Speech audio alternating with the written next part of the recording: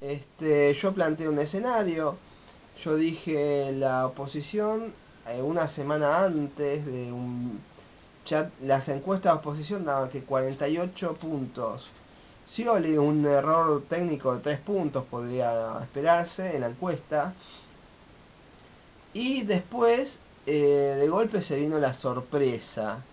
¿Qué pasó en el medio?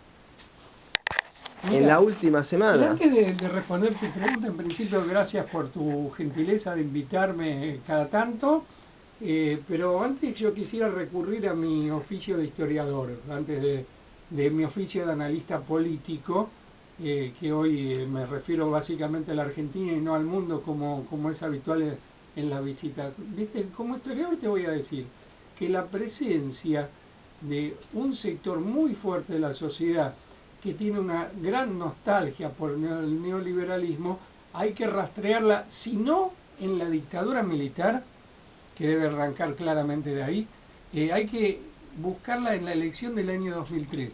En la elección que llegó a Néstor Kirchner a la presidencia, hubo 43, 44 puntos del electorado que votaron por opciones neoliberales, o sea, Menem y López Murphy.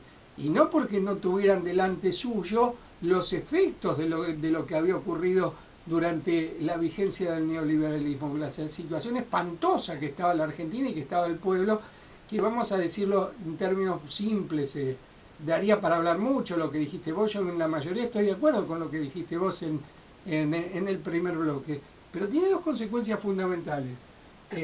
Un sector industrial totalmente desarticulado, una población profundamente empobrecida y un Estado nacional dislocado e impotente, o sea que deja de ser Estado nacional. En el año 2002, Rudiger Dorfbusch, no sé si lo digo bien, llegó a decir que la Argentina no tenía que tener derecho a nombrar ni al presidente del Banco Central ni al ministro de Economía, que eso lo tenían que nombrar el presidente del Fondo Monetario Internacional y el Banco Mundial. O sea, fundamentalmente esta última cuestión, que también es consecuencia de las dos anteriores, un Estado nacional impotente y desarticulado, es una de las grandes consecuencias del neoliberalismo. O sea, cuando vos quebrás la capacidad del Estado de intervenir en el conflicto social, de ordenar la economía, de funcionar como sector que puede redistribuir recursos sobre los sectores más desfavorecidos. Para decirlo en palabras históricas de la doctrina peronista, Perón significa que el Estado es más importante que el mercado y la política es más importante que la economía. Esa ecuación el neoliberalismo la invirtió completamente y la Argentina explotó. Bueno, cuando Argentina explotó, 44% de la población votó por eso. Entonces no nos tenemos que sorprender que haya ahora un neoliberalismo disfrazado de budismo zen alrededor de Macri que coseche adhesiones. Ahora, con respecto a lo que vos dijiste puntualmente, yo las encuestas que yo manejaba eran un poco de una pequeña diferencia con respecto a los números que dijiste vos, pero indudablemente daba para que Scioli ganase en primera vuelta. Yo manejaba que era 43-28. Inclusive lo tuve eso durante el día en distintas encuestas que circularon por las redes sociales, de boca de urna, y en términos significativos, te voy a decir que un minuto antes de las 6 de la tarde, el canal C5N dijo que Scioli había ganado por amplio margen. No daba que había ganado en primera vuelta, pero decía que daba por amplio margen. Pongo TN y TN no daba números, o sea, señales que tenían una información igual. Nadie encuesta traiciones, ninguna encuesta te mide traiciones. Y todas las derrotas del peronismo, no empecemos a hablar podemos hacer un largo recorrido histórico. Todas las derrotas del peronismo arrancan con la defección de un sector interno. El golpe del 55 no fue exclusivamente atribuible a la traición interna, pero hubo traidores que complotaron dentro del movimiento peronista con el sector gorila de la sociedad.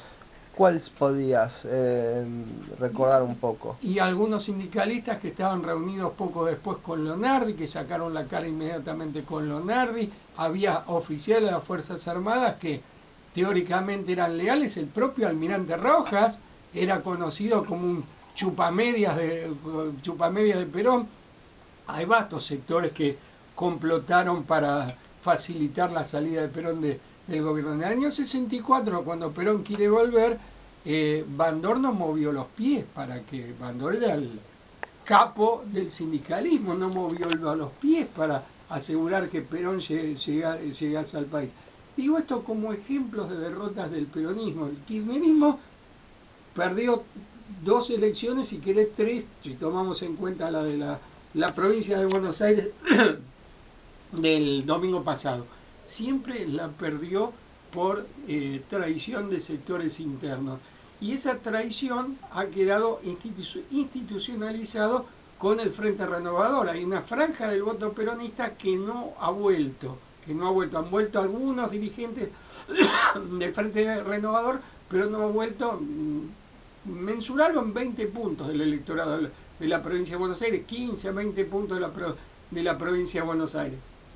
En La Paso, el peronismo sacó casi 40 puntos. Periodistas muy conocidos, enemigos acérrimos del gobierno, como el hijo de Mauro Viale, se cansó de decir en los distintos programas de televisión que Aníbal Fernández fidelizaba el voto del peronismo y que ganaba la elección. Después se empezó a hablar de un crecimiento de María Eugenia Vidal, pero que no daba para dar vuelta a la elección. Y de repente aparece ganando 39-35.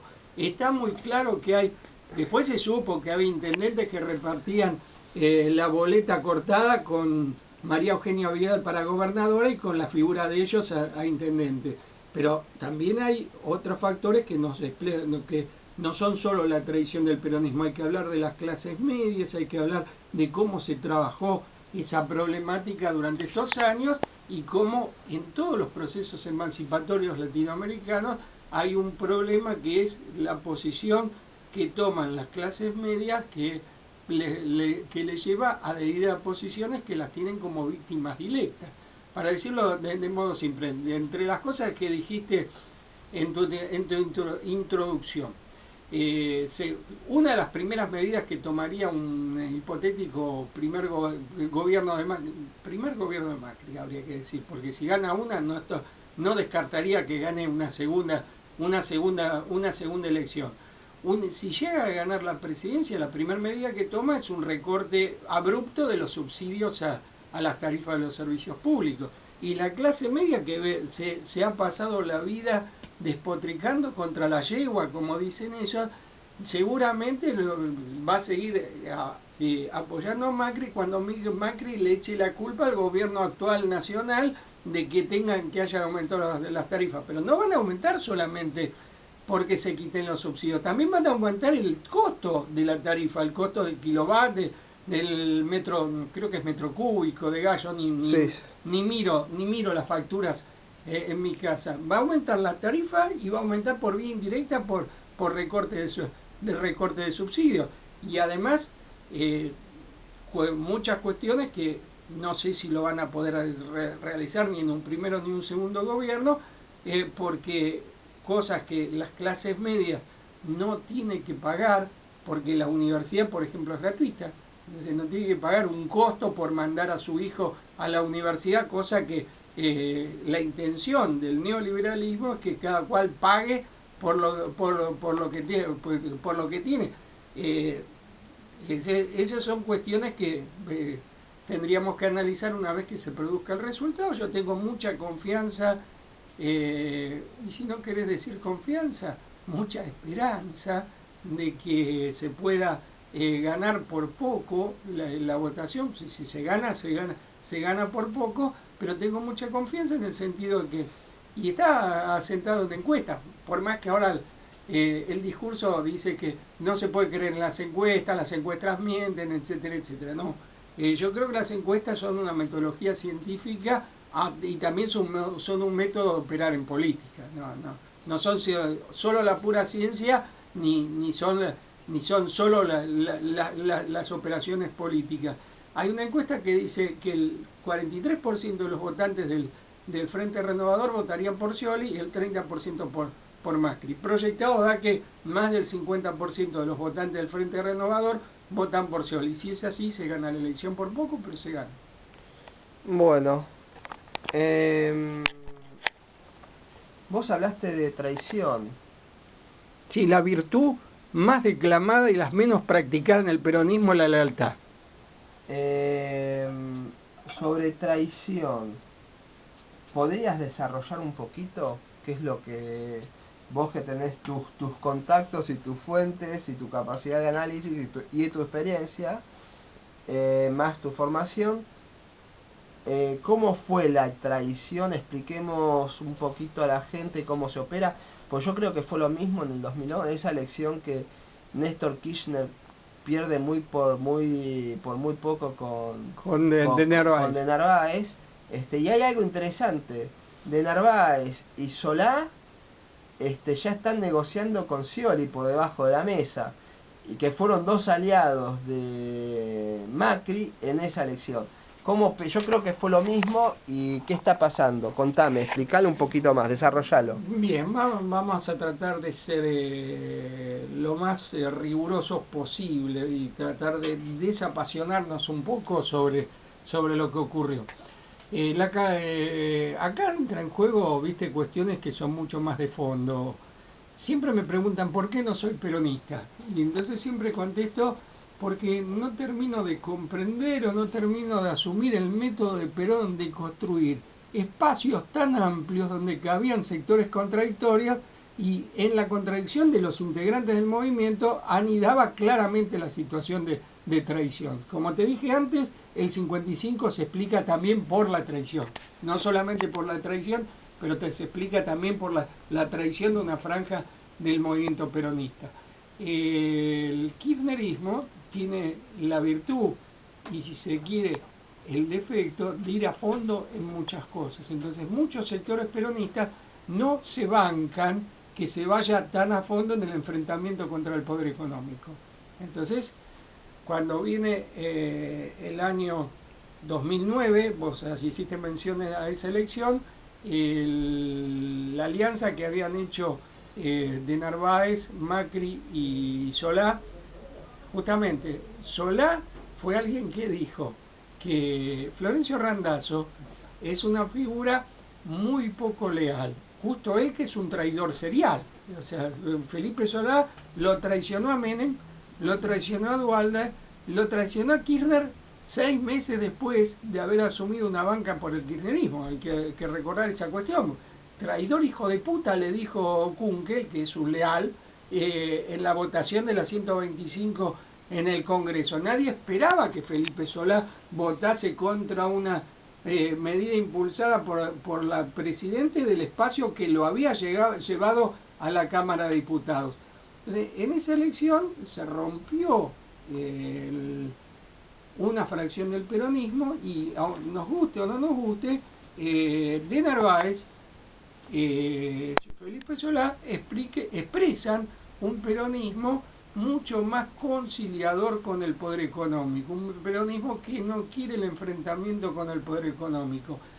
Hay que hablar a calzón quitado, eso es parte de la discusión que no se ha hecho en todos estos años. No se pueden dar, una de las grandes mentiras de Macri es pobreza cero y unión de todos los argentinos. O sea, no podés estar en la procesión y tocar la campana al mismo tiempo. Si vos querés eliminar la pobreza, tenés que atacar al poder económico, porque la pobreza no viene del Espíritu Santo, viene porque hay un poder económico que es más rico cuanto más pobres hay. Entonces, si vos querés eliminar la pobreza, parece muy bien que se quiera eliminar la pobreza, pero es un saludo a la bandera si vos querés unir a todos los argentinos detrás de ese objetivo, porque hay argentinos que están muy contentos con que haya argentinos pobres. Y no solamente los sectores más poderosos, hay sectores de clase media que quieren que haya pobreza para tener una mucama que labure gratis y labure por bajos salarios y sin las cuestiones que tienen que ver con el empleo formal en su casa. Hay sectores de clase media que también se benefician de la pobreza. Entonces, en esa elección se perdió, por un lado, por esa fracción del peronismo que se alejó del Frente para la Victoria, y por otro lado porque la clase media, como decía la revista Barcelona un par de años antes, recuperado su nivel de consumo, volvió a su clásica posición fascista. Hay todo un ciclo. Los gobiernos oligárquicos empobrecen a la clase media, la tiran hacia los niveles más bajos de la escala social. Sus hijos se van del país, dejan de tener todos los beneficios que la posición de clase media les permite. Entonces votan a un gobierno nacional y popular para oponérsele al poco tiempo. La expresión de eso es la aparición de Macri en la ciudad de Buenos Aires. Las clases medias tienen una inclinación, un favoritismo hacia a quienes los van a joder, que realmente sorprende, y no solamente lo que ocurre en la Argentina. En Ecuador, donde el proceso emancipatorio alcanzó niveles muy interesantes, la clase media de la ciudad comercial más rica del país, Guayaquil, vota a un alcalde que se llama Jaime Nebot, que es enemigo del gobierno de Correa. En los distritos más acomodados de Caracas gana la peor derecha. Las cifras no me las acuerdo exactamente, pero hay que ver qué viejo sabio es Fidel Castro. En una elección que Chávez había ganado ampliamente, y la oposición había sacado, ponele, 10 millones de votos. Es un número que lo estoy inventando, pero para que se entienda lo que quiero decir. Fidel Castro habla con Chávez y le dice: oye Chávez, no hay 10 millones de oligarcas en Venezuela. Entonces, si tu oposición saca 10 millones de votos, te está sacando votos que tendrías que tener vos. O sea, y acá hay una cierta falla en cómo se ha manejado el Frente para la Victoria en los últimos 4 años. Una cierta falla porque vos tenés que optar sobre un sector al cual tenés que beneficiar. No podés beneficiar a todos por igual. Entonces, si vos beneficiás a los sectores populares, a los sectores más postergados, y vas a despertar cierta envidia en la clase media. Yo tengo un alumno que dijo la otra vez en una clase que votaba por Macri. Yo le pregunté por qué. Y cometió un sincericidio. O sea, si Macri dijese, que es lo que cree realmente, lo que dijo este chico, el pibe dijo: yo estoy cansado que haya beneficios para los sectores populares, quiero más beneficios para los sectores medios y los sectores altos. Si Macri cometiese ese sincericidio, no estaría en la posibilidad de ser presidente en este momento. El gobierno priorizó los beneficios para los sectores populares y está muy bien que haya hecho así. Eso te generó el enfrentamiento de los sectores más rabiosos de la clase media, y es inevitable. O sea, se debería haber dialogado más con las clases medias, tal vez sí, pero es difícil dialogar con sectores medios que dicen que la presidente es una yegua hija de puta y una bipolar. O sea, que no tienen la menor aptitud y la menor apertura para el diálogo. Entonces hay que pensar bien las cuestiones, y creo que el gobierno o el espacio del Frente de la Victoria está desplegando una estrategia acertada para esta elección. Scioli está despegando levemente de Cristina, porque si despega, yo he visto comunicaciones donde decían hay que despegar completamente de Cristina, lo cual es falso, porque es cierto que hay que ganar votos no cristinistas. Es fundamental ganar votos que no son cristinistas, y para eso tenés que despegar un poco, pero tampoco podés despegar del todo, porque se pierde o se inmoviliza el voto cristinista, y corres el riesgo de lo que ganás por un lado lo perdés por el otro. Hay que fidelizar el conjunto del voto para el Frente para la Victoria. Y atención, la tradición está muy clara en el hecho que Scioli sacó menos porcentaje que en la PASO en esta elección, menos porcentaje que en la PASO. O sea, hay que fidelizar todo ese voto, y hay que ir por 10, 12 puntos más que están en los espacios no kirchneristas. Hay que discutir el voto del Frente de Izquierda, no discutir con Altamira o con Nicolás del Caño, que son personas que están absolutamente estructurados en su discurso vacío de todos los burgueses son lo mismo. Simplemente hablar con un militante del Frente de Izquierda y decirle, cuando vos cortás la Panamericana, la policía te cuida. Cuando Macri sea presidente, te van a levantar como solete en pala cuando vengan 20 tipos a cortar la Panamericana. Se va a acabar la capacidad, la posibilidad de hacer protesta social. Hay que hablar con las bases del Partido Socialista, que son francamente progresistas. No podés favorecer que llegue la derecha a manejar el Estado Nacional en la Argentina, porque además estamos en un momento muy complejo para los proyectos emancipatorios en América Latina. Estamos con Dilma Rousseff muy debilitada en los Estados Unidos, muy paralizada, en los Estados Unidos de Brasil, muy paralizada, con la posibilidad de que sea diluido en el corto plazo del juicio político, pero que la derecha siempre lo va a esgrimir como una herramienta para debilitar al gobierno de Dilma Rousseff, acorralarlo y paralizarlo. Bueno, lo dejamos acá, vamos a un corte y con un tema musical y volvemos para ir cerrando el programa, para dar tus conclusiones muy brevemente, en 5 minutos, un poquito más, de cómo se le llega a esa clase media, o a ese voto indeciso, a ese voto confundido, etcétera.